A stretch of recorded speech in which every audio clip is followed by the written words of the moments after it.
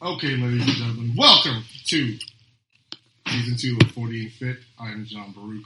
I will be your Tony Stark for the day.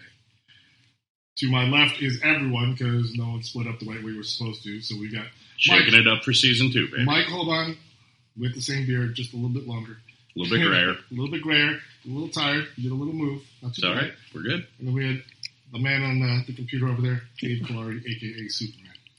If you haven't seen his Instagram. That's just what it is. Yeah, I was gonna be like, I'll be your Justin Hammer tonight, Whoa. but that doesn't bode too well. 'Cause he's Nothing's gonna work. Yeah. I mean, he's in jail. True. According to Shang-Chi. If you saw that. Anyways, cool. So, guys, welcome to Season 2. We had an abrupt end to Season 1 because a lot of things happened, which we could all catch up on, but we're not going to right now. Like Halloween and the change of seasons. People's allergies were acting up. Some heart attacks here and there. Yeah. Fucking pollen's a bitch. Pollen got you really good. A lot of active things has happened. We closed the Jeff's Quest location. Yep, I'm going to throw it up 'Cause on this podcast. Jeff's an asshole. Well, guy's dead. Thanks. Well, then. That could go in so many different ways right now. So we basically left off as idiots as usual. Yep. We're really and just so everyone knows, Phil is in the corner cracking up at that last statement. Phil still has to get mic'd up, as per request by Andrew, who's behind the other camera as well. Yeah, new addition to the team this year. Actually, I didn't even know Jeff was a real person. Yeah, Jeff is actually... Or he was a real person. Wow. Did you see his face in the overemphasis on what? That is So fucking messed awful. up. He's like watching. This is what happens when I don't have a weekly outlet. Oh, Yes, Jeff was alive once. time for private sessions with Kalari. We're going to probe the deepest and darkest depths of Kalari's recess brain. Interviewing people. Oh, it'd be the best. Just like a boat. What do you call private friends? That's good. That's literally like between the ferns type of situation. Bro, first of all, he would blink once every 9 minutes and 38 seconds. He'd have a timer. So, tell me about your day. Could you imagine the way you start off and then all of a sudden just breaks out? Oh, yeah. Oh my goodness, this guy's scaring the crap out of everyone. But anyway. Phenomenal. That's all right. We keep the beast in the cage. Yeah, he's cool. These are a button fly, you know. We're going nowhere. Welcome back to 1994, folks. Dave's rocking the butterfly jeans. He's bringing them back. What do you got next, Dave? Cavaricis? Z Cavaricci. Cavaricci. Oh, Jesus Christ. Boss. Skids. Oh, Skids. yeah, Cross colors. crazy wear. Hypercolors. Hypercolor shirts. God. Cliff, Were those the ones that you touched and they would change color? Change colors with a Yeah. handprint? Yeah. Yeah. Yeah, whatever happened to those? What's up with those? I don't Sexual know. harassment. Was it really? Yeah. Guys would be like trying to get girls' chests to like change color. Oh, Yeah. who just asked? I like the idea of hypercolor underwear. Because it's too big. Wait. That's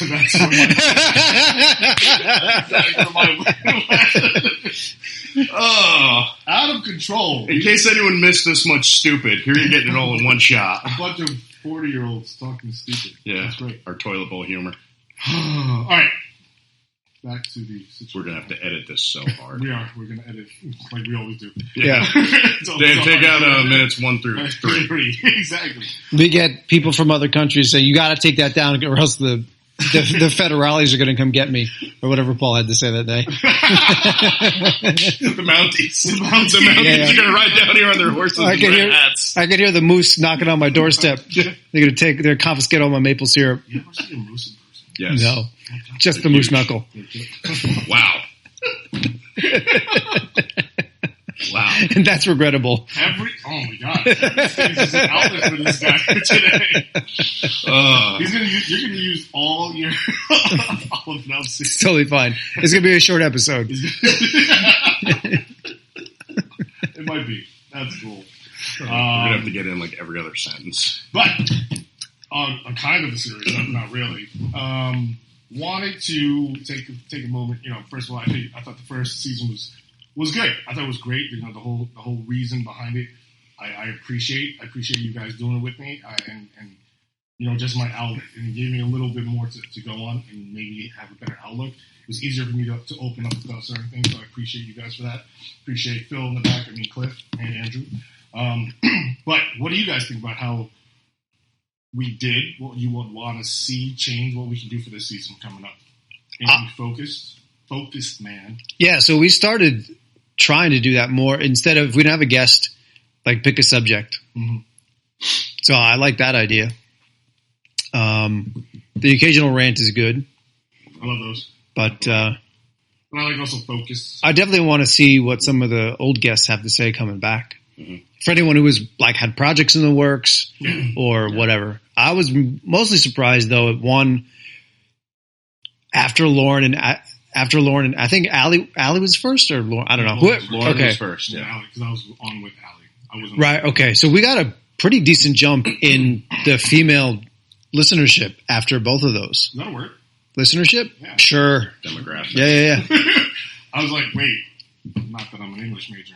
Well, it's not viewership at all, so it's definitely listenership, I guess. I didn't mean you put ship at the end. Got it. Yep. Stupid or ship. Membership. Oh shit.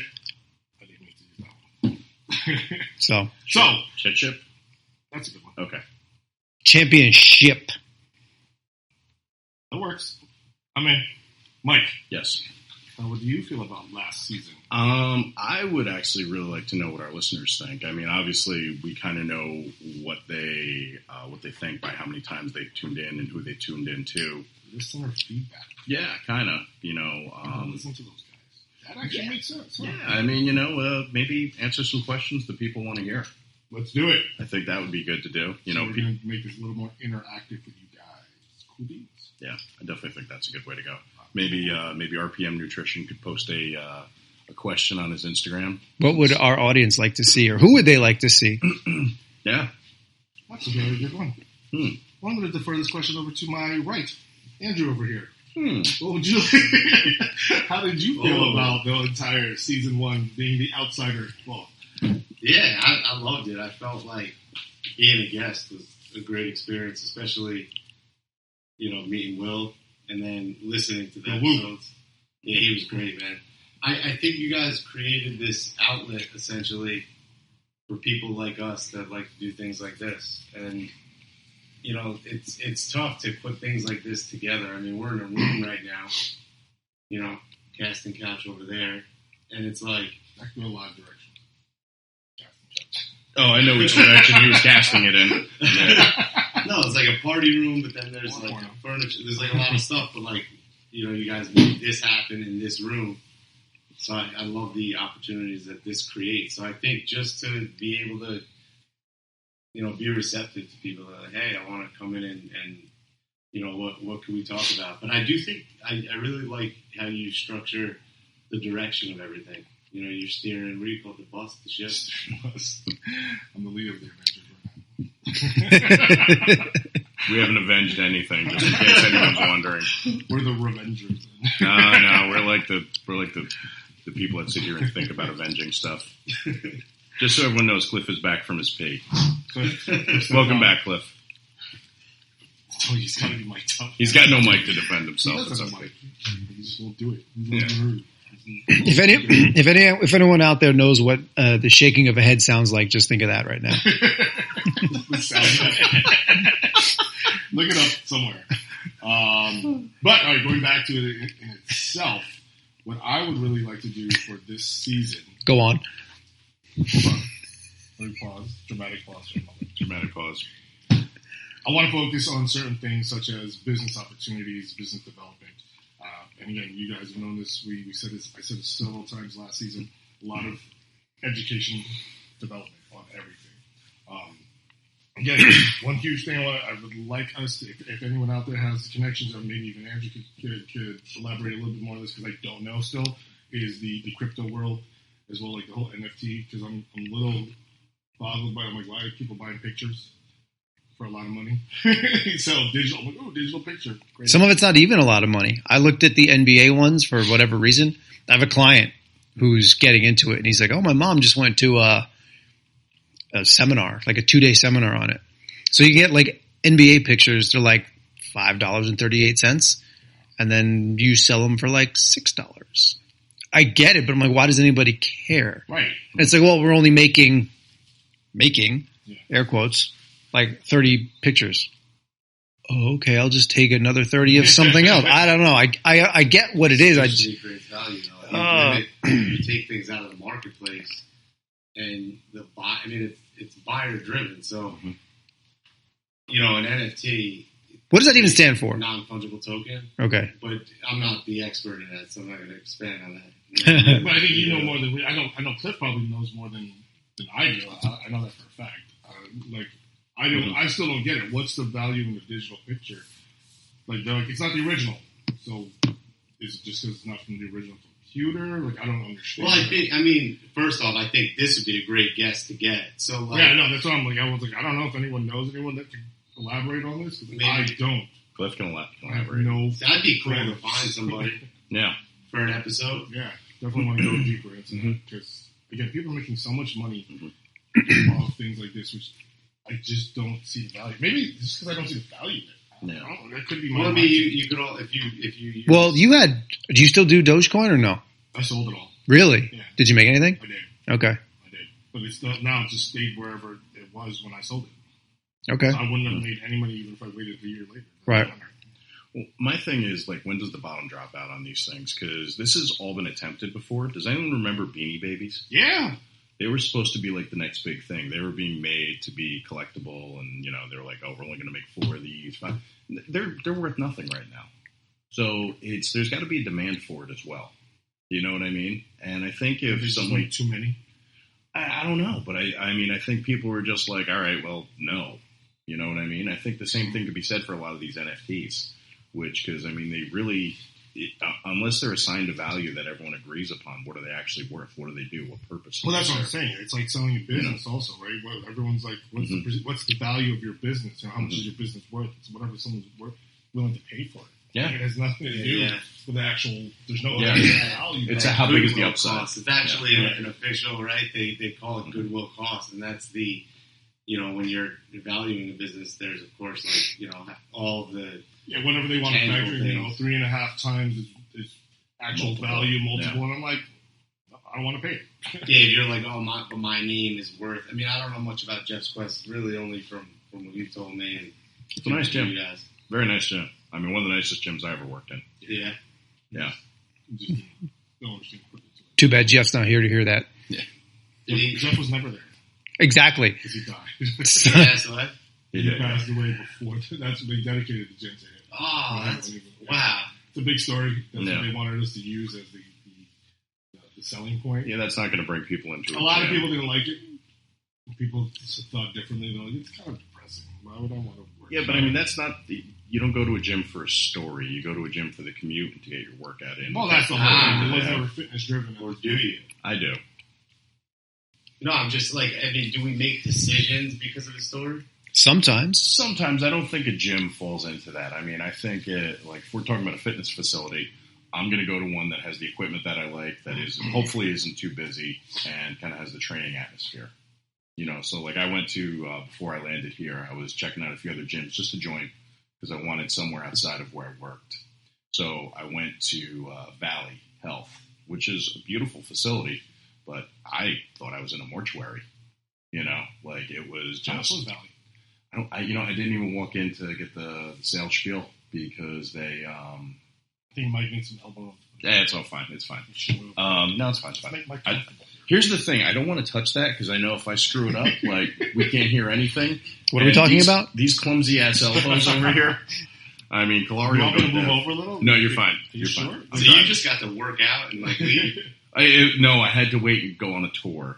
So you did do the tour. Oh, yeah, they're very strong. You also have to yeah. you have to wear a mask in there. Well, this is before COVID. Oh, it was before COVID. But they were very strict about it. Yeah. So let's put it this way. They have a track upstairs. And I think on Monday, Wednesday, and Friday, you go to the right. On Tuesday, Thursday, and Saturday, you walk to the left. I forget what Sunday. It's kind of like when I wake up every morning. And I get it. It's to preserve the life of the track. But I literally, I was meeting my tour group. And It was a tour group. There was college. Yeah, I just Pretty imagine much. a college visit. Be like, pretty much. So that's why I didn't go to this place. I was like, way too many rules.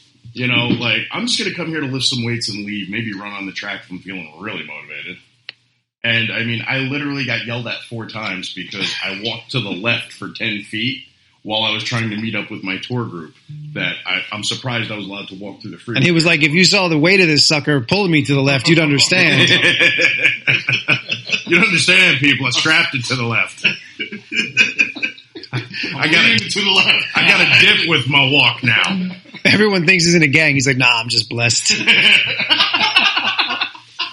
You know what, Dave? That's the kindest thing you've ever said to me.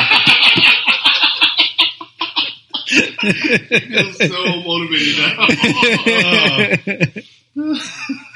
Wow. And we're done. Yeah. On that On note. that note, we're done. No, we're going back to Season 2 coming soon. Season 3. But, I mean, Yeah. No, I think that's. I really do. I guess when you say like, oh, like people aren't going to go to the gym for a story. Like I get what you're saying, especially proximity and Yeah. But I mean, in general though, like we choose who we do business with, where we shop. We choose that based on some story, right? yeah. No, again, I truly believe it all depends on how we perceive certain things, right? When it comes to the gym, the fitness atmosphere, it's purpose for me. Like, what are you going there to the gym to do? Right? That's why I'm not picky about certain things when it comes to the gym. Is there weights that go up to 140 pounds? Because for me, that's an important thing. What type of machines are they? I fit into everything just because I'm a wide person, right? I don't care about treadmills. I don't care about the basketball court. I don't care about those things. So if it's cost efficient for what I need, then I'm good with it, right? There's other people that walk through the door here and they're like, the equipment's too old. I go, but a chest press is a chest press. The goal is to do chest, right? All right, well, that machine actually does it for you. Because it's 20 years old, does it make a difference? No. It's 20 years old because it's worked for 20 That's what I say to some of the old men in the locker rooms. As they're getting changed, mind you. Does that 20-year-old do it for you? And they're like, what? Yeah. They're like, yeah, it does. But also, again, you know, we have this thing, dumbbells. Everyone's like, oh, those dumbbells are disgusting. I go, this 30-pound dumbbell is the same as that 30-pound dumbbell in the other gym. What's the difference? The handle, 30 pounds, you lift it, and you get the same effect. What's the purpose, right? Clothing, purpose. Do we want to look good? And again, it's all in your style too, right? It's not just anywhere. Why do you shop on a specific website for your tight jeans? Because that's the only thing that fits and feels comfortable. There you go. See? You can't just go to Walmart or Kmart anymore since it's closing. So you can't do it. But that's why I get the whole storyline too. People they wanted us to promote the storyline, but it was too much. It's an overkill on what we're doing. So Yeah, it's like how. Yeah, I know what you're saying. it's like, hey, let me tell you how this gym came about. But they don't care. They want to know what's the price, what equipment you have, what are your visit times. Unless it was Gold's in Venice, no one cares. Mm. Off the bat, but doesn't mean you can't get people to care about it. Oh, It just, absolutely, yeah. I just don't know if you hit people over the head with it as like the selling because point. That's just it. It can't be. It should be selling- secondary. It should be like. Yeah. It should be like and it happens to be. Yes, exactly. Yeah, otherwise it's more of a feel bad for me type thing. The culture should be more the selling point, and the story should kind of tie into the culture. Yeah. That would be funny though, like to do a marketing video of like all like bad sales techniques. You know, like 'cause Oh, I think we should membership absolutely do deposits it. are the worst. You could just video if you're the salesman. No, I'm just kidding. Yeah, we can. You know, but like people No, that are what's using the here's timer? the script, here's the story, and then basically like get them doing it bad. Because I do think a lot of people, you know, like do it bad Yeah. and aren't properly trained in sales, and it doesn't have to even be manipulative. I like your sales style. Which is You told me. gotta get, Rips open the button flies. No, I feel like he plays it Single very hands. like you never come off desperate. You know, you're different, and if they're not going to accept that, you're good with it.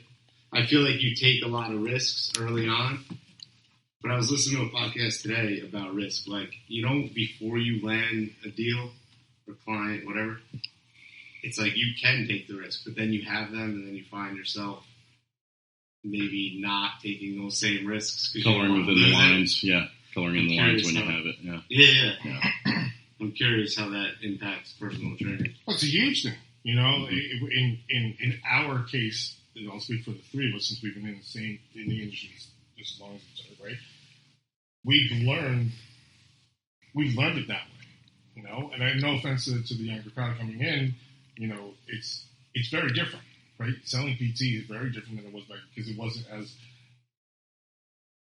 There's so much more personal training going on right now that you could find a cheaper person. That's what they look for, right? And race to the bottom. Right. You can literally find, again, I work for a company, Gym Guys, right? Not a knock on them because they do very well. That's the band? Yeah. I was the New Jersey director for them. Really? They are they make a lot of money. Wow. They are loaded, right? I should bring him on also, Josh. He's an excellent entrepreneur. And they have 260 locations now. They're in Hawaii and stuff like that. That's how they do, and they're based out of Long Island, right? So something like that, like those trainers they're all leaving the gym because they can just go get home at this point, and they don't have to do their own marketing. So Gym Guys does their marketing for them. That's what I was doing for them, right? So they don't have to have that whole. They don't have to deal with the corporate goals. They're just handy clients, you know. Here, when we did it, we had goals. Like there was purpose behind what we had to do because it's the only way we could make money, right? And we would have the boards of you know, racing to the top. Who could sell the most personal training? Who could train off the most person? Who brought in the most personal training? And that's you guys were actually competing, against each other. If it was close, that you would have the sales goal and the trainable whoever trained the most sessions that month. Always. Let me ask you when you would lose, right? And even win, like, did you find the dynamic shifting where, like, you'd almost be, like, pissed? I mean, your friend beats you out, maybe consistently, and then you're kind of resentful in a way? Did that happen? Back then, I don't think I did. I know I didn't, I should say. Back then, we were such a team that we would sell for each other. We would actually hand off because we would actually know, listen, I'm not the guy for you. That guy over there, he's way better. He's way better. Trust me. Because then we know that if I do him right, he's going to do me right. He's going to find the right person for me. Sales was very different back in the day. You know, we grinded it out. We walked the floor. Here alone, there's, I don't know how many pieces on the floor. We used to turn off every cardio piece at night. Yeah. We did that at Fort Lee also, right? We had to turn it off. We unplugged every cardio piece at night. I was like, why? Because we're saving money apparently. Now we keep it on all day. Really? Yeah. It's a very different world. We minimum amount of hours to walk the floor. Mike walked the floor too. How many hours were you doing first thing in the morning? 5 hours in the morning? So when I moved to Hoboken, it was because I was still going to school. So I got there at 5. School and we did this stuff. Yeah, I got there at 5:30, and I would leave either around 10 or 10:30 because I was like a little more. It was further along at school, so I had like 12 p.m. like noon classes. And that was Monday through Friday, and I would do... And how did you pick up a 5 a.m. client? You're the only one in the gym. You had to walk around and talk to people. Yeah. Had to walk around. I gave out a ton of free sessions. That's that risk. Like we literally valued ourselves that much that we're worth throwing something, a little bit of us out there to pull you back in. We wouldn't give you the whole thing. People always wanted everything for free. They still do. Everyone's like, oh, show me all the equipment. You get 30 minutes. I'm going to show you what you want to know. You want to do butt? We'll do some butt exercise. And we can sell you off that. It's very different now. The industry is not as lucrative as we think it is. We have to make it more lucrative. The industry is lucrative for, I was thinking about this, it's lucrative for the unattainable stuff. You want to offer someone the quick fix, but that is something that over time is going to do more harm than good. Yeah, like he was telling me a story about, and maybe you want to elaborate, but a client who wanted to compete, and then you just laid it out for her, and she just... I had someone I used to know from the New York sports and... You don't know them anymore? I didn't really know him, period. He's like, oh, you come highly recommended to me from someone you used to work with, from Mario. Oh, married. Oh, Yeah. Okay, yeah. And I was like, all right, great. So he's telling me his wife wants to compete, and he sends me pictures. I'm like, okay. I'm like, this is what she needs to do. And then I met with them, and she was going through the whole thing. And she was like, I can wake up early. I could do my fasted cardio, and I could take my branch chain at my BCAAs. And I was like, okay, you have a ton of old school bodybuilding nonsense ingrained in you that I want to get rid of. I'm like, we don't need to do any of that nonsense. She was talking about, she's like, I don't mind missing some of my classes or my personal training sessions that she does herself because she's a trainer. If like I got to do this or that, or, I get tired towards the end. I'm like, why would I set something up where you're actively not making income, especially when I'm charging you X amount of dollars to see you every week or whatever it is. You can't afford me. Right. And then I said, the gym sessions will go down to like 45 minutes, maybe an hour. I'm not going to crush you with cardio. I talked to her about what diet breaks are, why they're important, and why I would implement them. And I know it's the first time they heard any of that stuff. And then when they called me on Sunday to say, I think she's going to go with someone who's a little bit more local, because I would have had to travel up to the old Golds, which is now Titan Fitness, up in like Haverstraw. Oh, yeah. It was Worlds. Yeah. It was Worlds. Yeah. And yeah, okay. And I was like, all right, she's more local. And he's like, yeah. And then he said, someone who's a little bit more conventional. Oh, wow. And I was like, I said, great. I said, listen, if anything changes and you want to switch gears, I said, you have my number, you know where I am. And then he just said that he might want to do something with me down the road. He's a firefighter in the Bronx, I think. Oh, okay. They're very nice, and I liked his approach. He's like, I didn't want to just text you this. He's like, I want to do it face to face. And he laughed. He's like, well, on the phone, but he's like, I'm very serious and whatever. So I appreciated that. But what I said to Andrew this morning is like, you're doing something right when someone's like, I think I want to go with someone more conventional. Like I laid out all the terrible shit you wouldn't have to do as a competitor. And she's like, that I guess scared her so much or whatever. She's like, I'm just going to go here. And I showed her like some of the in-body results I had with James. We did a legit recomp. I showed her some old pictures. More conventional. Okay, cool. Let me know how it goes. You don't have to want to stress over those type of people. That's the big thing. Trying to convince those people.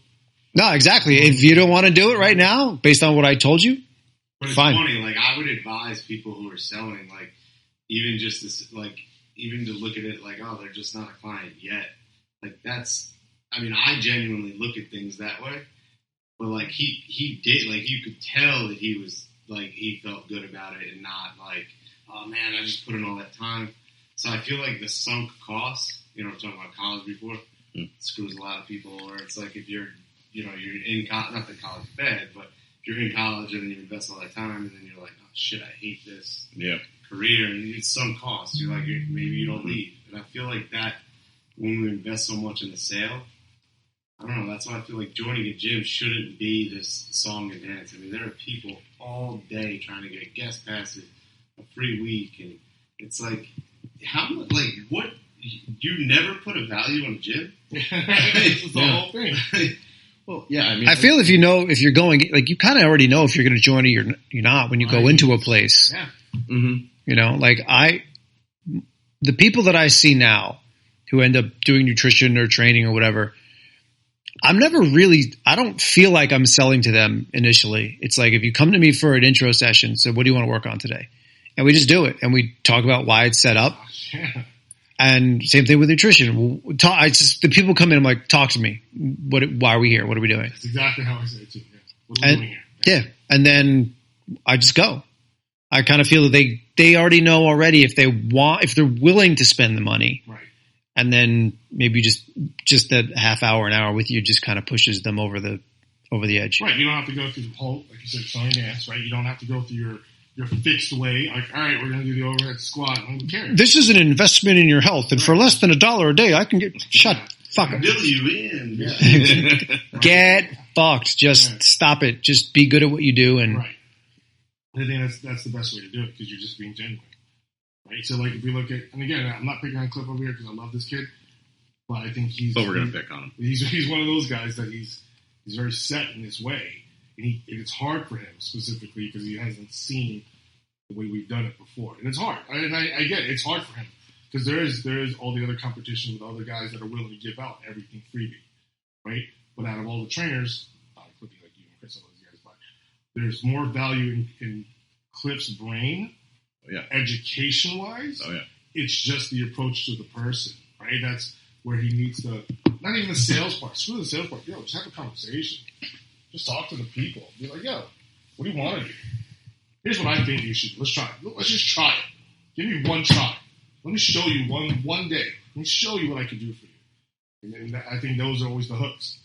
There's just what they want for the day. Again, but big. I want huge arms. So you give them a huge pump for the day, whatever it may be, right? And then explain to them what you could possibly do for them in the future, and just let it be.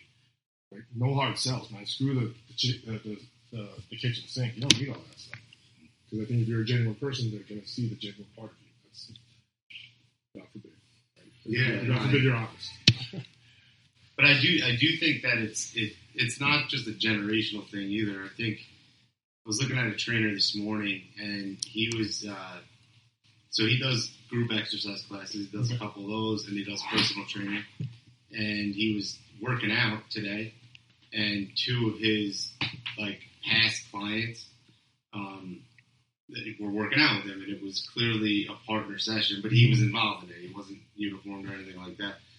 One of the things that we've been working on is how to leverage partner training, and obviously there's a lot of things that come into play there. It's time of workout, it's synergy, and all of that stuff. But if you've already put a value to this would be worth investing in, and then you get with somebody, it's a win-win. I mean, and the trainer makes way more money. Yeah. So I was thinking about it. I'm like, well, he's giving away this set. He's working out with them, and he's probably enjoying it. Why wouldn't he? It's a great place to be.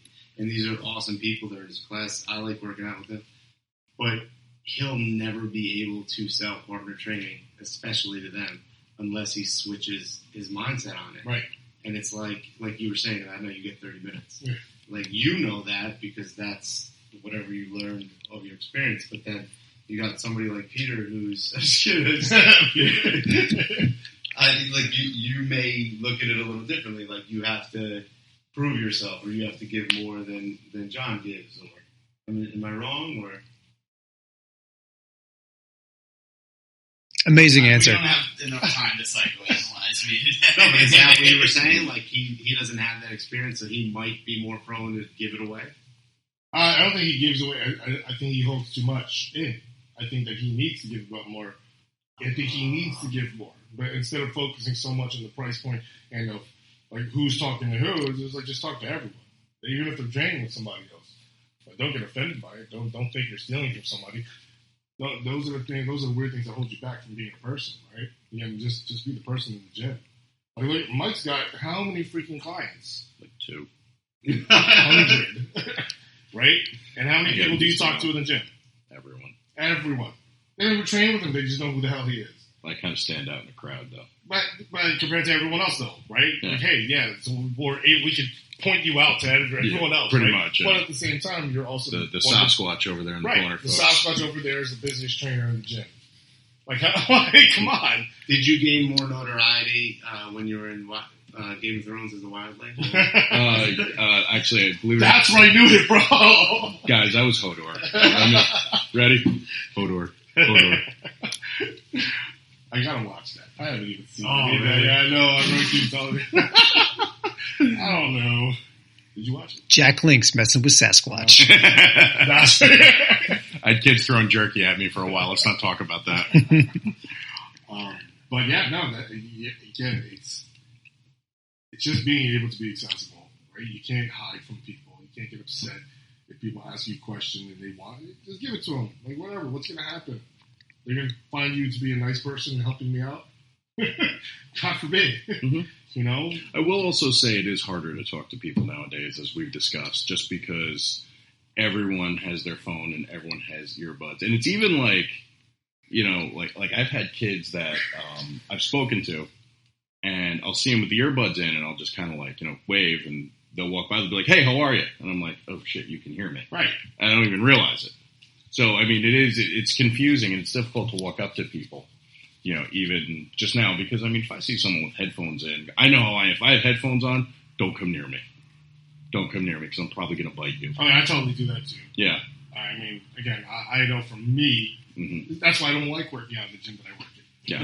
I don't want to be that person. It's happened so many times. People will say, take off your headphones. Yeah, I need to talk to you about my membership. I'm like working out. Yeah. You want me to stop my... Are you on break? No. Obviously, your membership is fine. We're both here. Right. I'm like... So it's just one of the... But I think you can't be scared. I agree. But you still have to be outgoing. You have to be more tactful than we did. Because we could walk up and just say something to someone and veil it any which way possible. Yeah. Now it's like you have to kind of wait and, pick your spot, which is a little creepy. But dude, I look at like younger kids now, and with the right direction in this business, if you have access to member information, right? In college, we did this like exercise of if we ran into the dean on the elevator, what would be the pitch? An elevator pitch. Yeah. And it was kind of cool because like we just did that and we acted it out. What do we know? But now I think about like if you're like at the bottom, especially in this business, you see these people's email address, you see their names, you have Google, like you're probably spending a lot of time doing other things that you could allocate maybe 5 minutes a day, being like, oh, that guy's got a different website. That's not a Gmail or a Yahoo. Oh, they must have a business. Oh man, there's like 10 people here that have a business. Maybe I'll put them in a spreadsheet. Maybe I'll see the value of that. When do they check in? Oh, they check in at 5 every day. 5 to 6. So these 2 people coming here at this time, they haven't done training. It's like the information is there, but the attention to sit down and do it. So they come in and they think, oh, I'm not working for, what's minimum wage? $15. I'm not working for $15 an hour. It's like, yeah, you might not want to work for $15 an hour, but there's literally no limit to how much wealth you can accumulate with just the right focus. Right. And it's like the potential of young people in this industry is still there. Because I really do believe the money's there. They're just not easily giving it away anymore. Because they're like, oh, it's cheaper to go, like you said, the race to the bottom. Yeah. And that's one of the biggest, like I see that issue a lot with what I do. Because, you get these people who just want to work with these athletes. So I literally remember there was a facility a few years ago, many years ago, Schumann Speed. You remember them? What was it? Saddlebrook, maybe? Saddlebrook? Yeah, I'm going to go Saddlebrook. Either way, they would have a deal where if you were all county, which is, you're good, you're far from amazing, you could train at their facility for free. How many people would fall into that? Depending upon the sport, you could have 200 to 300 a quarter, or 200 to 300 every semester. So this was the story that got them to sell. Yeah, but it's all county, which is like that's not really anything special. It sounds pretty special. It's not, but it's in the grand scheme of things. No offense to all our all county listeners out there. Well, and dude, when I say all county, first team, second team, third team, and honorable mention. So any 4 of those teams. So like in baseball in Bergen County alone, that's 36 kids, 40 kids, just in one. So that's like 36 free memberships. Yeah. So they didn't make money out. Well, not really. They tied the value probably to the fact that could their parents work out there and all that stuff. I don't know what their plan was. They went out of business. So but that's what I mean. No, but that's what I mean. But here's the issue with that. People then base what they should be paying off that. Yeah. So, like when I was at another facility, NJSA, where when we would do turf rentals, our numbers were a little bit higher, but because we wanted to stay in business. And people would come in and go, oh, I can go to this place for, $50 less an hour. And we were like, all right, well, drive to fucking Franklin Lakes for the extra $50, get all your kids in a car. Oh, and by the way, they're going to be under new ownership in 6 months. And that's what happened. The place is turned over constantly because everyone looks at it like, oh, this is a gold mine. But people, like I always joked, I said, when I worked out of a smaller facility, which was not the best equipped facility for sports, people always told me, oh, you need your own place, you need a bigger place. I'm like, look, here's the issue. Everyone wants a big facility, one-on-one attention, and cheap prices. It doesn't fucking work. It doesn't fall into place at all. And even when you tell people that, they go, well, keep looking. All right, I'll just pull it out of my ass, no problem. That's the issue. And when you have these races to the bottom, I'm sure the gym has to be impacted with stuff like this as well, with people not wanting to pay for whatever a membership is or whatever the rates are. But it pulls the industry down as a whole. That's why stuff like, like retro fitness. Like, there's a reason why the prices from 1984 aren't the prices anymore. It's because real estate's gone up. Yeah. What was $3 a square foot in 1984 is now 20-something. Yeah, but I feel like if the opportunity, and maybe we touched on this, but the opportunity is, if we have people in our net, like let's just say we're in this building right now and somebody comes in here, and give them one price. And how many options for memberships are there here? Oh, goodness. We got into so much of the tip of this. There's there's 4 current ones for the specific facility, but because we migrated the Jeff's Quest members and that additional, another 5?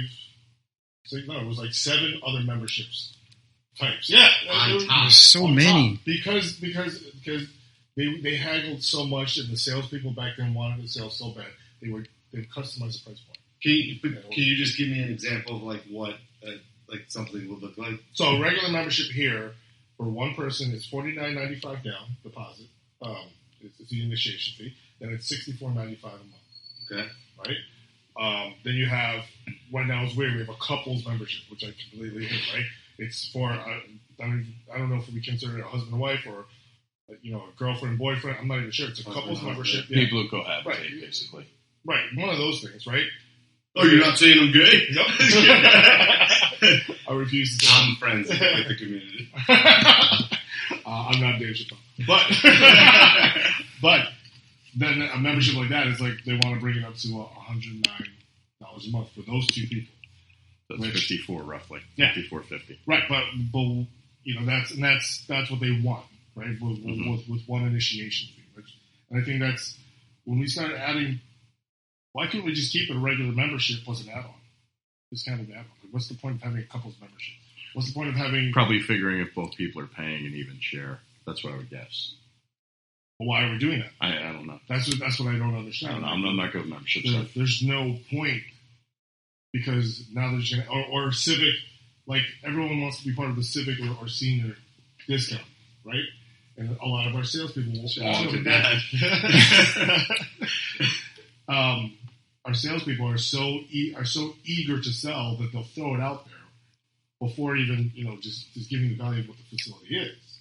They're like, well, listen, you're just assuming that they're over 65 at this point. They're like, we have a senior discount. I'm like, you just call that person old. I'm like, 45, sir. Right? The way our guys look these days, they look almost 60, right? But that's what their immediate go-to is. It's like, oh, we have a senior civic discount. Are you a firefighter? Because we can give you a discount. I'm like, what? Like, you have no value in our facility? Yeah. Like, you just lost money. You just lost yourself money in the commission. Like, we give a really good commission here compared to other facilities. Really? 30% on whatever you take in. Whoa. Wow. So think about it. $49.95 plus the $64.95. It's $100. It's $100 taken. You get 30% of that. $30. $30. You do 10 sales a week plus your hourly. What's the retention like? Right now? Average membership. About 70% retention. No, We're doing well. We're doing well now. We're not doing bad. We could do better. So these guys are driving easily Kias, Corollas, things like that. No, that's actually Corollas are a really good car. No, it actually is.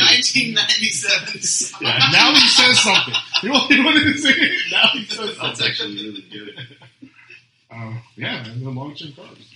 Maybe that's why they do it, though. Maybe it's just easier for them to get the quick dollar than actually try to make a halfway decent sales pitch. Oh, right. No, and again, it's that's why I don't.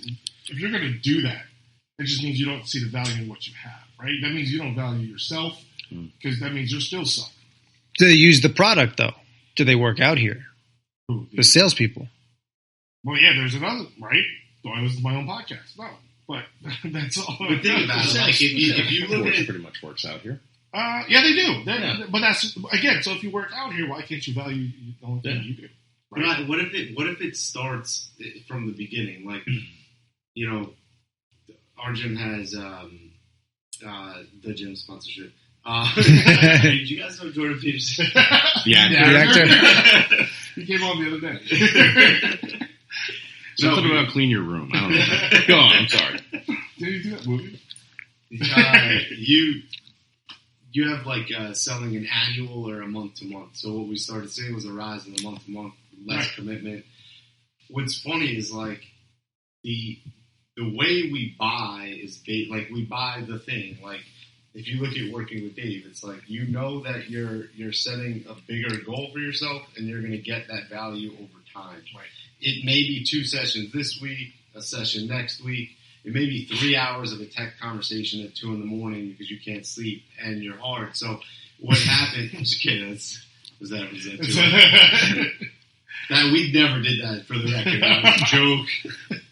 So I was a fan of the community. They haven't broken eye contact the entire time. No. Which eye? Whatever I was going with that. What people are buying, if we can take the opportunity, I think a business like this, it might take a lot to steer it in the new direction that it's ultimately going to go in. Agreed. I think that's what I really liked about Will. I think, what we sort of got into, and I listen to that episode a lot because I love listening to myself. And so contrary to me. I hate it. No, I don't listen. I'm so lying. You know you do. You have yourself on repeat. I got it. It's cool. It's playing in your car right now. Like, is that you? Why are we listening to this as we go to sleep? My soothing sounds. My comment at 42 minutes and 15 seconds was amazing. I hope you all caught it. It's your ringtone. Hello. I think it was Gary Vee. He was on Rogan and he saw that he had a signature on his phone. And he was just like, that's a little weird. Yeah, that's like his logo. Yeah. That's funny. Just what we buy. I think that if memberships could catch up and we could sell in a way that's like, what do you want? You want the outcome for next year? Do you want the relationship? Like, do you want to buy communication? Do you want to buy Don't Fucking Bother Me? Then make a plan that's called Don't Fucking Bother Me. $100 a month, no one's going to bother you. Just come in and check in. Use whatever you want. And literally sell the Don't Fucking Bother Me membership.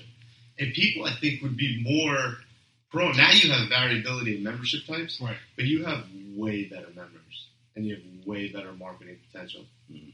And so let's talk about it, because we just recently got bonded. Literally to have a paid in full. We just got it. Wow. So starting next, I think we're going to try it for January, maybe not next month. So we're going to try and do a paid in full, and the reason was because the owner wanted to compare to 24-hour fitness. Now, if you know 24-hour fitness, they have the paid in full, they have a month to month, and they have a year contract. 3 different types, right? Those are 3 that they have. What's the difference between the paid in full and the year contract? Paid in full is paid in full, upfront discounted. Okay. Right? All 12 months upfront. A year contract is you pay month to month, but you're committed to a year. No discount. No discount. Then you have your month to month, no contract, no contract. But that is is less of a discount because you're paying more upfront. You're more upfront to leave. Okay. They also have one membership that most people don't know about. Is you could go to Costco and buy a 2-year contract from Costco for $649. Wow. Yeah. What's 1 year? If in club? $720 or something like that. I forgot what it was. Jesus, wow. That's like a free year. Yeah, no, it is. Right? And the whole reason behind it, and I found out when I was working 24-hour, 24-hour uses the Costco contracts that people buy, and they were putting it towards new facilities. That way, because back then we got paid commission. You don't get commission off of a Costco contract, but the facility still gets the money. No, I don't say the facility. The company still gets the money. The facility does not. Yeah. They do not see the money, right? So everyone went to get the Costco contract for 2 years. And again, but my whole thing is that facility or that company will never see that credit card ever again for another 2 years. Right? So what's the value? If they leave or they decide to dispute it, you know what you gotta deal with on a dispute on a credit card?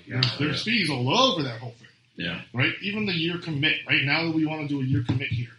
I go, what was the point of doing a year commit here? because they want to see the money up front. I'm like, how many year commits do you expect every month?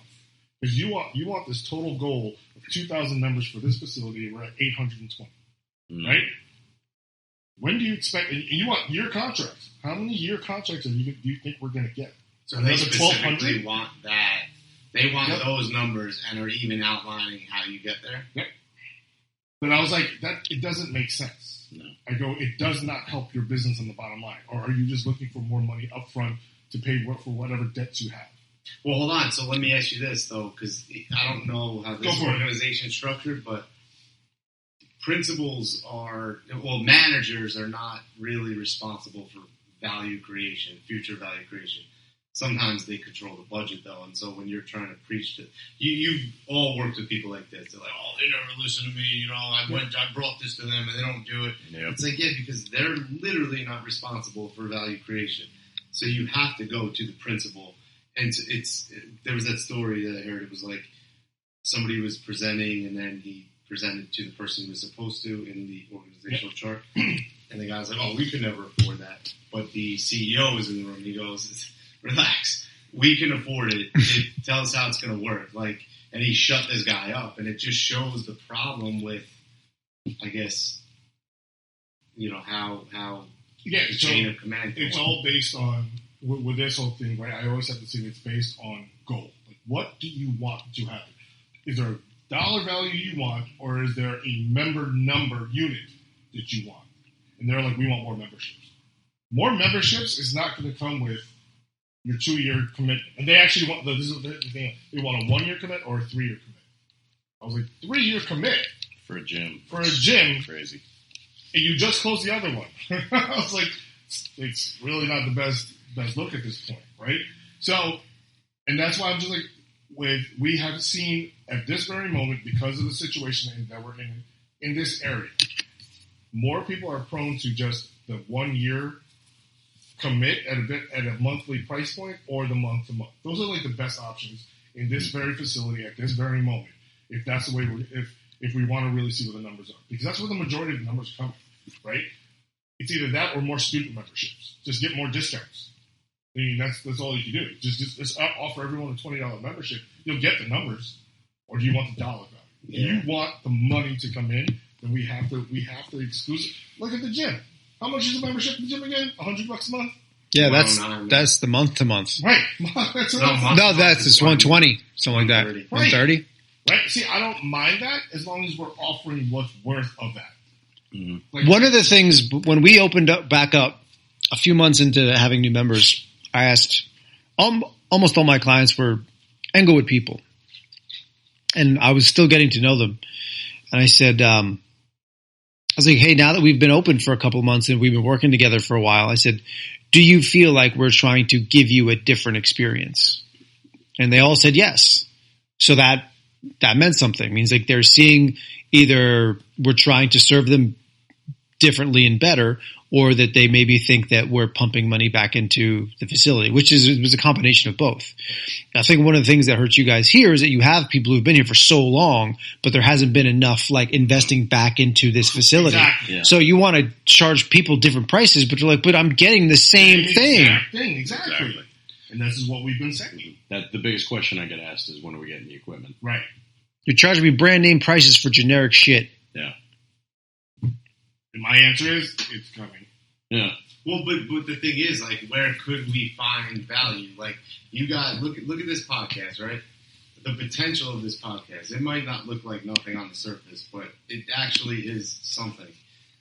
Just walking to the back, I passed the program you told me about. Prep. The prep? Yeah, the one we have. And so, what's his name? Jeff Morris. Jeff, how you doing? My name's Andrew. Yeah. No, but like, listen, man. I mean, he's the type of guy that would invest in the right stuff. He came here for a reason. This is like, I mean, honestly, I told my wife about this, right? Because I was like telling her I was on my way, and she's like, "Oh, I love that place. Can you find out?" I know, right? It was a couple years. Evidently, she didn't join. No, she hears all about it, like about all the different programs in here. And then I was saying how, I guess the prep, I didn't know it by name.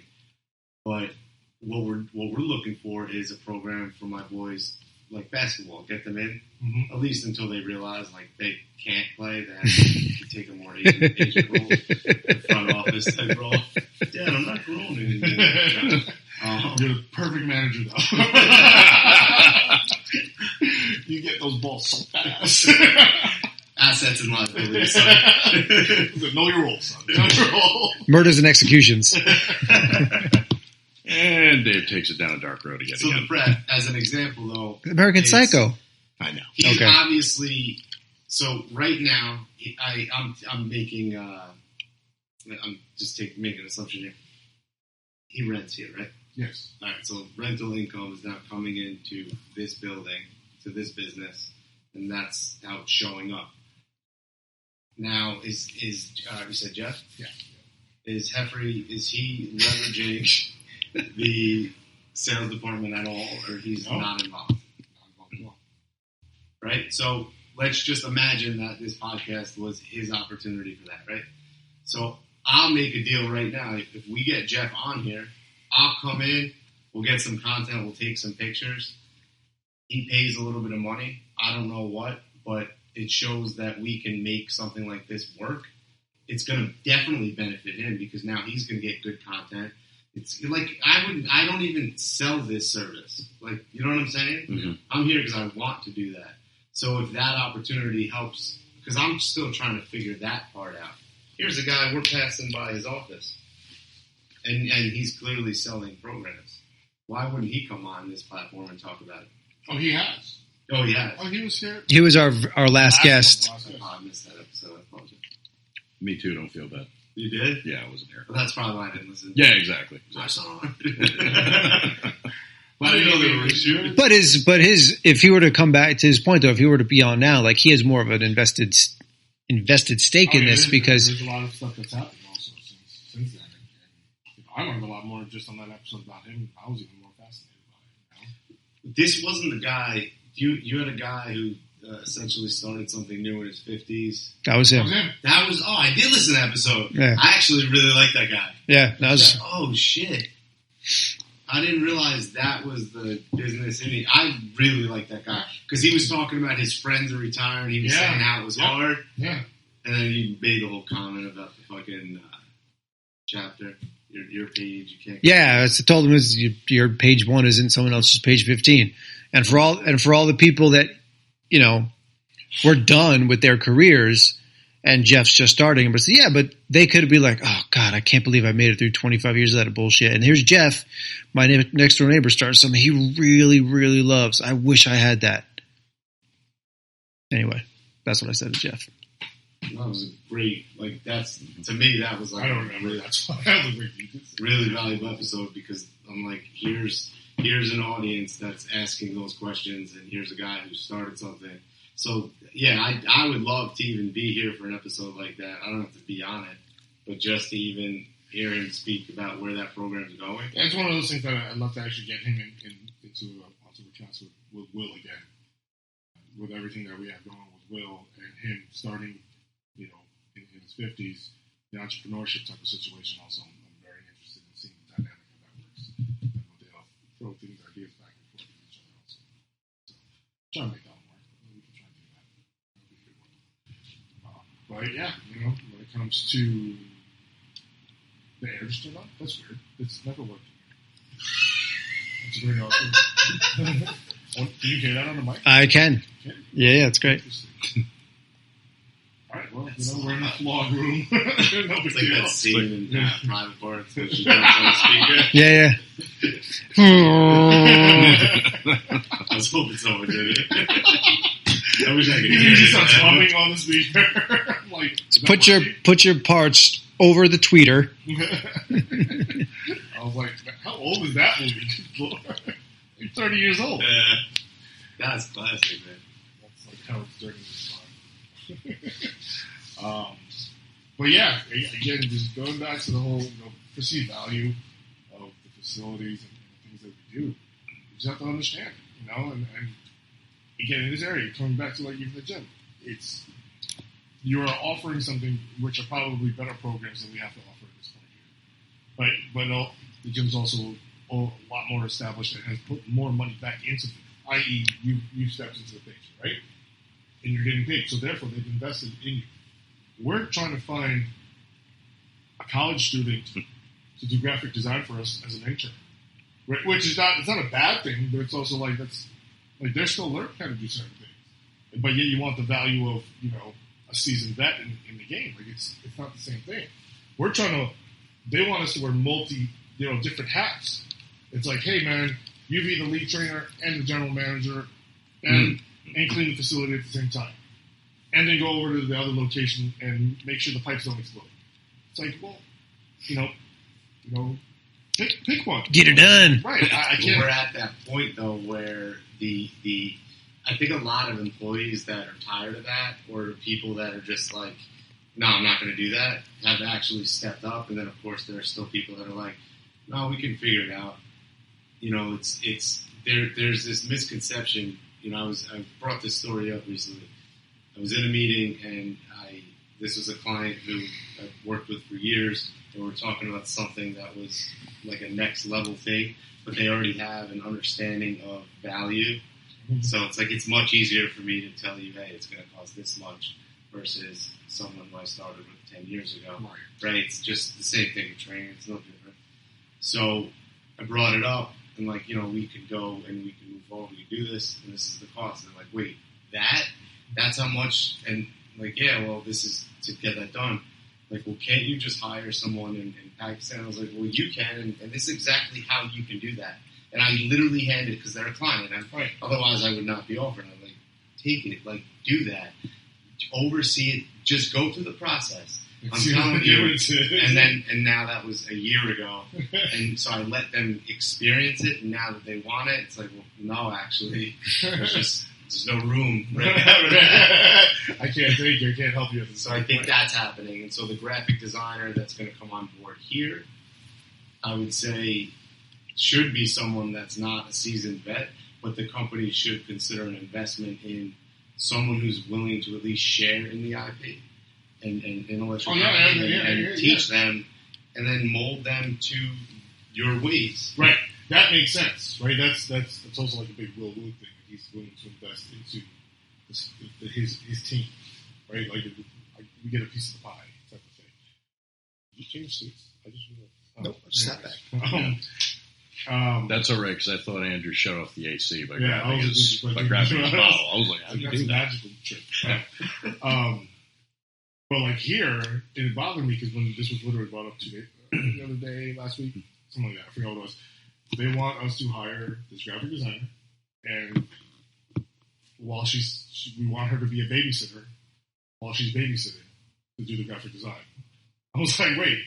That is a liability nightmare. Well, listen, that's the direction that they want us to, like, just wear different hats. It's like also with Brian, our kids director. It's like, hey, Brian, you're in the building. We don't have a babysitter, so you be the babysitter, but you're also the director for the kids programs. Oh, by the way, you're also the head lifeguard. Oh, by the way, you're the only lifeguard. Oh, you still have to do the chemicals, and there's someone on the turf. Pick a job. Like, where does he go? Right? That's the problem with how we're thinking right now, because we're trying to save a dime. And it's fine. Just close one of the departments. Like, if we don't have it. Like, it's so hard for us to just accept the fact that we don't have something. But do you think it's a result of, like, because the industry changed? Before I decided to work in the industry, I was like, I was doing my research, and I think Equinox was the example I pulled up, and I took 5 jobs in a parallel department, right?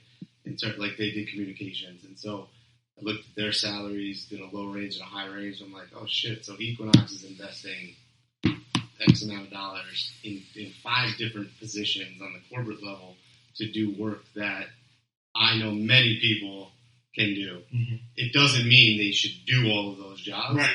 But in the restructuring, and that's why I think we're at that point in time, in the restructuring of it, yeah, a lot of us are doing things that we probably... There's definitely things that I know I'm not going to be doing. I've already stopped doing a lot of those things, but I've taught and oversaw, and now someone else does that. It's a restructuring, it's a rethinking, because I think a lot of the owners, the principals of these types of companies were just passively making money. And they were just like, oh, we'll pay that salary, we'll pay that. and now they want to. Well, can't we just hire that and just get by? Right. They have to go through that hard shit. Right, and that's what we're going through, right? But we're going through that at the expense of the staff that is getting burnt out. And these guys see where I'm at at that point, where like I don't know how many other hats they're going to give me. A bowler hat, a fedora. Like I don't have any. Just ask Bill to borrow a few of his. Do you have a fedora? I don't. I don't. I think that I'm going to try and invest in one. Have a fedora party. Oh, hard. Because everyone wears a With fedora. cigar every day. Havana nights. I don't mind it. Are you falling asleep over the day? Do we know a restaurant where we can host that party? I feel he'd be good in a beret. A beret? Yeah. I have one. Yeah. Raise the Robin Hood Men in Tights? No. No, it's the French thing. Oh, I can't do it. Sacre bleu, chate ball at the crayon. Ho ho. Oui, monsieur. You gotta be old. That's all. So you guys are hiring a graphic designer right now? They want an intern. Yeah, they want to do it. I don't know if she's going to take it because she doesn't want to take the babysitting job. Like it's weird. Like, and they need that person in the building. They need. I don't know how much they're willing to pay for a graphic designer. That's the sad part. I know how much they're willing to pay a babysitter that would be willing to do graphic design as well. Don't know how much they're willing to pay for. So they're trying it. That's what you're saying. But it's funny because their bottom line is they want people and dollars, Correct. but like that comes at a cost. Yeah. What's your cost? Right. How do you expect the big dollars to come in if you're willing to pay little dollars to get some of this work done? Right. I think it's common sense, but I could be completely wrong. I probably don't have good common sense. I don't know if it's been done before. I'd love to know how you guys did it. Yeah, there's an app. I've taught people. It definitely has limitations if you're not a designer, but if you know people who want to work here, who are working here, there's an app called Over. It was actually acquired by GoDaddy. It's now GoDaddy Studio, yeah. And so it's a free app. It's nice if you pay, you get access to a lot of different things, but you can literally design anywhere. And I've done a lot. I don't use it anymore. No, you do the design. You do the design yourself. Fiverr's great, by the way. But you do the design. Obviously, if you're just looking to have someone do design, but obviously that's not what they're looking for. They want someone to be able to create content on that level. They want 2,000 members. They want someone to 1,176 members. What was the number? 1,120. Yeah, basically 1,100. 1,120. 1120. Right? Shit. They want 2,000 members total. We have 820. Wait, so hold on. They want how many members? 2,000. 2,000. And you have how many? 820. So we need 1,180. 1180. Shut up. I'm sorry. And there's variability in the membership, so you can't even do. What's the average? I mean, if you do on the low end, that's going to be. And how many hours would they want this girl to work a week? I don't know. At this point, it's like, so we don't even have a set babysitting schedule. But they're like, hire the babysitter. I'm like, what hours am I offering her? We're not sure yet. Just hire her. I'm like, that doesn't make sense. How old are the kids allowed in here? The youngest is, I think it's D1. Would it be five? Would it be like 5 hours a day? Yeah. No, more like 3 to 4 hours a day. So it'll probably be at night. Right. So then, So let's say 15 hours a week. So it's like $450 a week. So 30. I'm trying to do some weird. 20 was it 12 grand? I'm just trying to do some weird math here, but it's like if you need 1,120 members, isn't each member worth like at least $1 to you, right? Minimum. So if you like figure out how many hours a week this girl wants to, you know what I mean? Like, because it's late and I'm tired. I'm like losing my shit here, but that's like the idea. And you figure out what she's worth, like the bare minimum. I'm not saying like this, but it's a way to present it to them. Like, hey guys, like shouldn't each one of these people be worth $1 of someone's effort to help get this along? Yeah. And But then you interfere with the lesson of like I'll never work hourly ever again, but I think there's value to working hourly and learning it. Like as a designer, especially, I mean, you look at. I don't necessarily mean for her. I mean for them to like be like what they're doing is they're not. I don't know. They're undervaluing who they're trying to hire. That's a huge part of it. They're just undervaluing everyone that they're putting into certain positions. They think that the fact that you're working for us is like a big thing. It's like, oh, you put yourself in Like you're getting a paycheck, so you should already be grateful. Yeah, kind of thing. Yeah. You know, we were like, can't even get lifeguards again. We had a pool. Yeah, but I feel. What if? Oh, that's what's over there on the right. Yeah. I just wonder if there's a program. We can talk about that offline, but with just with regard to value. So Nike, you know the story of Nike logo. He paid. Oh yeah. $200. That was a win-win. She was happy with that $200. Right. Like based At the on her time, hourly yeah. rate, he still ended up giving her stock. But like she felt good about it. Like we all feel good about paying $4 for Starbucks. Like we don't go there and like fuck you $4. Like we're happy. That I do, and I'm no longer allowed in Starbucks. I don't Yeah. I know you Really? I'm a Dunkin' guy. Yeah. Are you? Yeah, Well, yeah. America does run on it. It does. So do I. It's interesting. Tony Santarelli. Is it? No, this Tony Santarelli. Yeah. Shout Sponsor of the show. out. Right? No, but the designer thing, if you do find any young designers, I think that there's definitely opportunity, especially in this business, because you guys have a screen out there. You guys have real needs. Yeah, no, we definitely have things to do. What I told them about what do we use? Screen share, Screen cloud. Screen Cloud. I had mentioned that to them last time I was here. Yeah. What happens on Screen Cloud again? It's a cloud-based platform, so I could literally stream this conversation to the TV right now. It used to be years ago we would come up with slideshows and different designs and video, and we Like use the flash drive and just stick it in the TV. Oh, To just plug it the in. lounge. We do it at doctors' offices, like cheer gyms. But now, all cloud. So you pay a flat fee. They're obviously tonight's sponsor.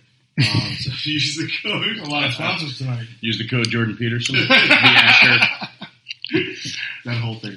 No, it's pretty cool though. But that, again, like the graphic designer, hopefully is somebody who's interested in servicing the brand image and is here. That's the person you want to sign up for a 3-year contract, not the member who's going to be like a year in, like, hey, I'm moving. Will you sign a contract? Right. It's like, let them go. But if you're going to invest time in an employee, That's again. It's just where you're valuing what you're trying to do. you guys have something special here, though, man. I like coming here. We like having you here. Oh, thanks, I appreciate it. I'm getting a little tired now. Yeah. But just to steer this back into one direction where we started off, this was a great conversation, but to kind of not close it up yet, but just kind of reel it back. What is it, the views that we want, that we look to do for this podcast? Because I do want to see purpose in this podcast for this season 2. I do want to mic up Cliff over there because he obviously has a lot to say. Very valuable person. At the very least, he could tell us how his eggplant parm was. Right. Mm. Or listen to him eat. Or listen to him pee. On the podcast. At the same time? At the same time. Interesting. Listen, man. I mean, Multitasker. You can do them both. Maybe one of us has seen him do that already. But anyway, I mean, That was, yeah. I mean, that wasn't me. But, it was John. but again, so, purpose.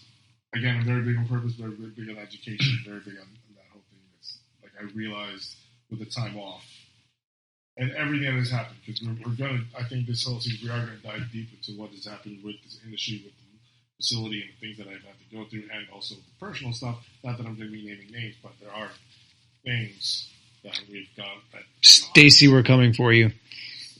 Stacy's mom. That's literally what my head went. It's fine. That's the first thing I wanted. So I'll start off and say one thing that I do want to do, and Cliff has said this to me, he goes, just go work out, right? Like because of everything that's happened, I have stopped working out. I have not been working out. I literally jumped in the elliptical for like 20 minutes the other day, and I was like, oh my goodness, this sucks so much. So I cannot do this right now. And the person who was on it with you was like, what are you doing? I didn't want to go there, but you did it for us. I do want to. I'm probably gonna. I feel like I wanted to record it like a 3-month, like a transformation for myself. Oh yeah, that'd be great. Right, so that's like a big thing that I decided I was gonna do this past weekend, where I was like, I just felt like crap. So I was like, all right, the only way to hold myself accountable is to actually put it on video, right, and kind of go through, basically like a real world situation where you're talking to the camera and be like, what's going on for the day, how am I feeling, type of thing, and see how that reacts, right? Bring it back to the basics of where my brain is going with certain things. I don't know if we'll be using RPM nutrition for this. Can I ask you just on that? Go for it. I think that's awesome, by the way. Let's fast forward 3 months. Fast forward. So how will you know that you're successful? So we're going to set specific numbers. I'm going to use actual numbers from my benchmarks, not just feelings and emotions. I woke up at a 4 today, guys. That was perfect. That's. I'm going to actually use benchmark numbers, and you go for it. Again, a big thing that it wasn't an epiphany, but I just realized I've always been strong growing up. Now in my 40s, I don't care about being strong anymore, to be honest with you. I don't want to lift as heavy as possible.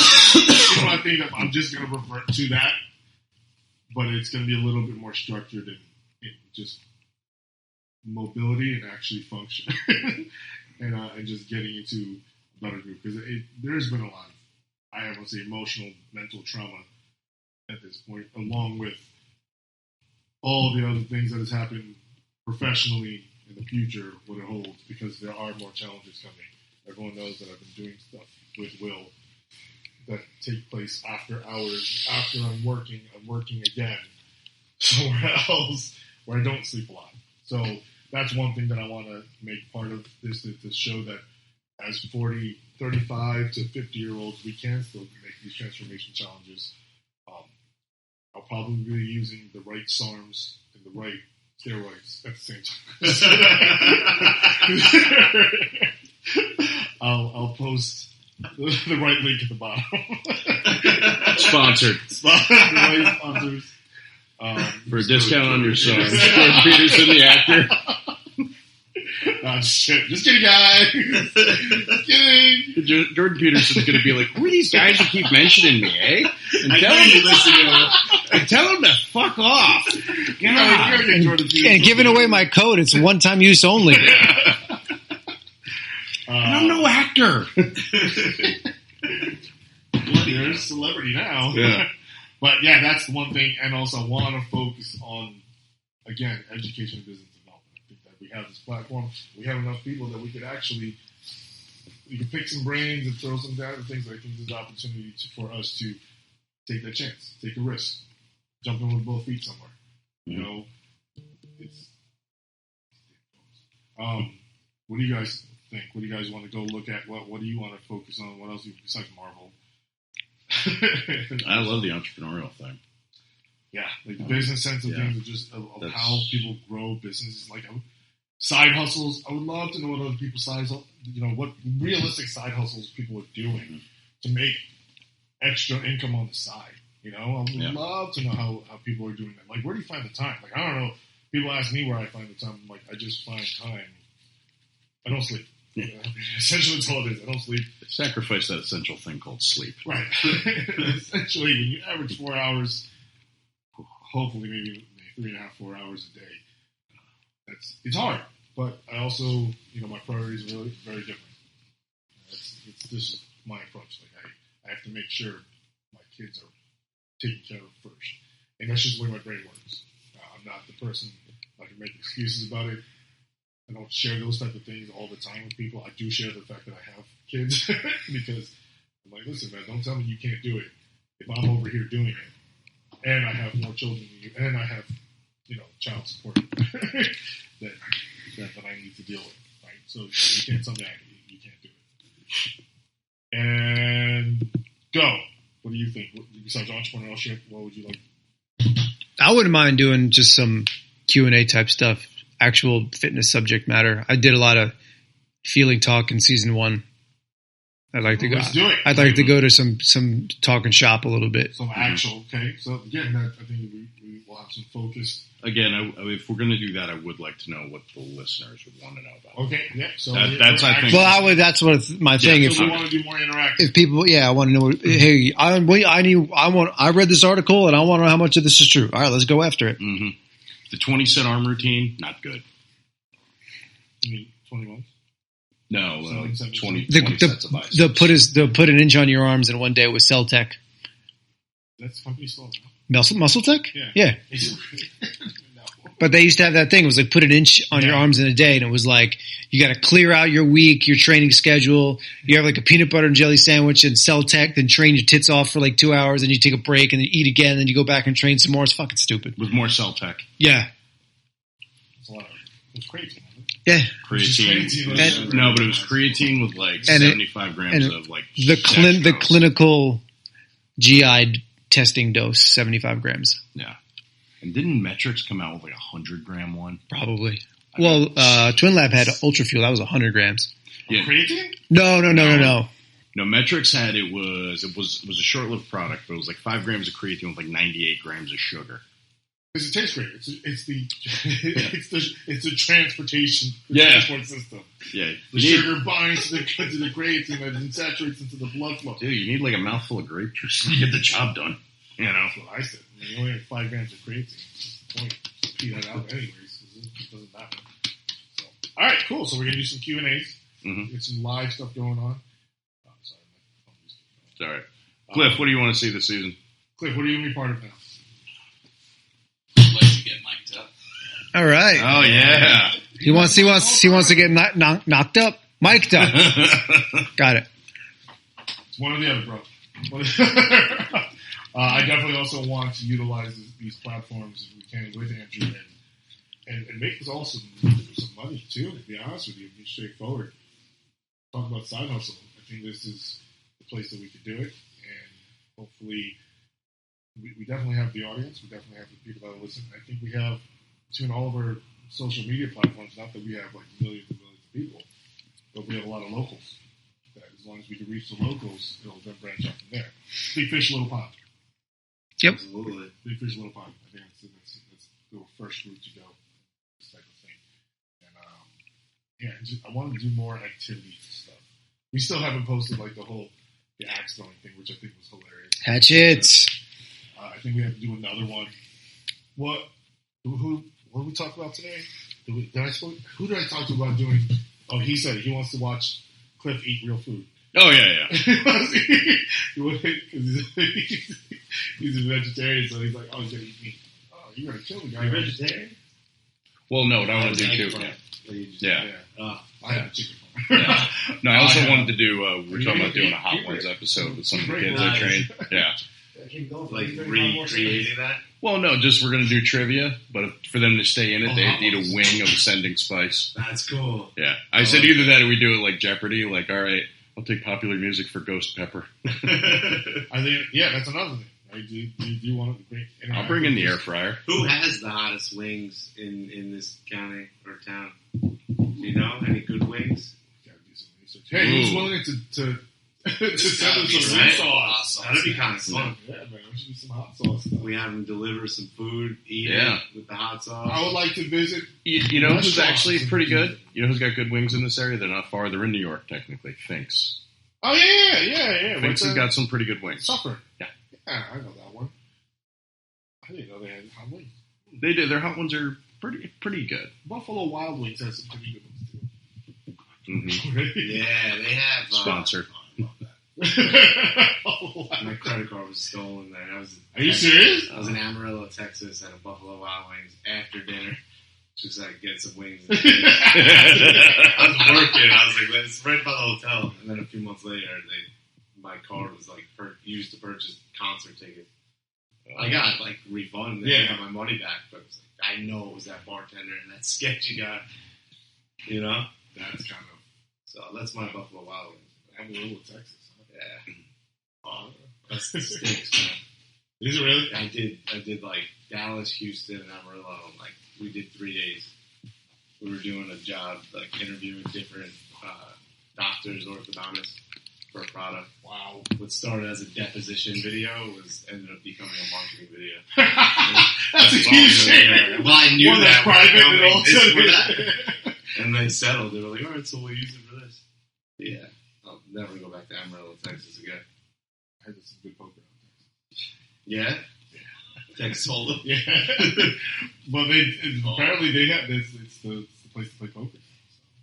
All right, guys. So we do have a guest starting next week.